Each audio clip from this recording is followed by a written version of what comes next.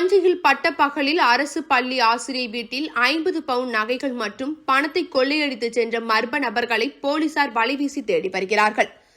தஞ்சை புதிய வீட்டு வசதி வாரிய குடியிருப்பு பகுதியைச் சேர்ந்தவர் பரமேஷ். இவர் சிங்கப்பூரில் இன்ஜினியராக பணிபுரிந்து வருகிறார். இவருடைய மனைவி கீதா. இவர் தஞ்சையை அடுத்த வல்லத்தில் உள்ள அரசு பெண்கள் மேல்நிலைப் பள்ளியில் ஆசிரியராக பணியாற்றி வருகிறார். இவர்களுக்கு 9ஆம் வகுப்பு படிக்கும் மகள் உள்ளார்.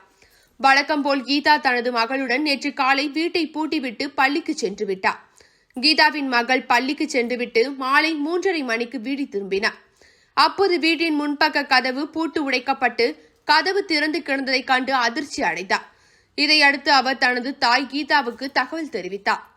அதன் பேரில் அவர் வீட்டிற்கு வந்து பார்த்தபோது வீட்டுக்குள் இருந்த பீரோ உடைக்கப்பட்டு அதிலிருந்த 50 பவுன் நகைகள் மற்றும் 10,000 பணத்தை காணவில்லை. பட்டப்பகலில் வீட்டில் ஆள் இல்லாததை அறிந்த மர்ம நபர்கள் வீட்டின் கதவை பூட்டை உடைத்துவிட்டு பீரோவில் இருந்த நகை பணத்தை கொள்ளையடித்து சென்றது தெரியவந்தது.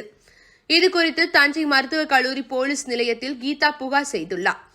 புகாரின் பேரில் நகர துணை போலீஸ் சூப்பரண்ட் ராஜா, மருத்துவக் கல்லூரி போலீஸ் இன்ஸ்பெக்டர் நசீர் மற்றும் போலீசார் சம்பவ இடத்திற்கு சென்று பார்வையிட்டு விசாரணை நடத்தினர். மேலும் கைரேகை நிபுணர்களும் அங்கு வரவழைக்கப்பட்டு கைரேகைகளை பதிவு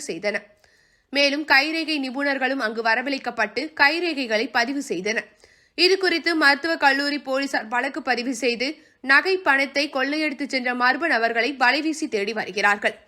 தஞ்சை மாநகரில் கடந்த சில நாட்களுக்கு முன்பு இதேபோல் தபால் ஊழியர் மற்றும் ஆசிரியை வீட்டில் பட்டப்பகலில் பூட்டை உடைத்து மர்ம நபர்கள் நகையை திருடிச் சென்றனர்.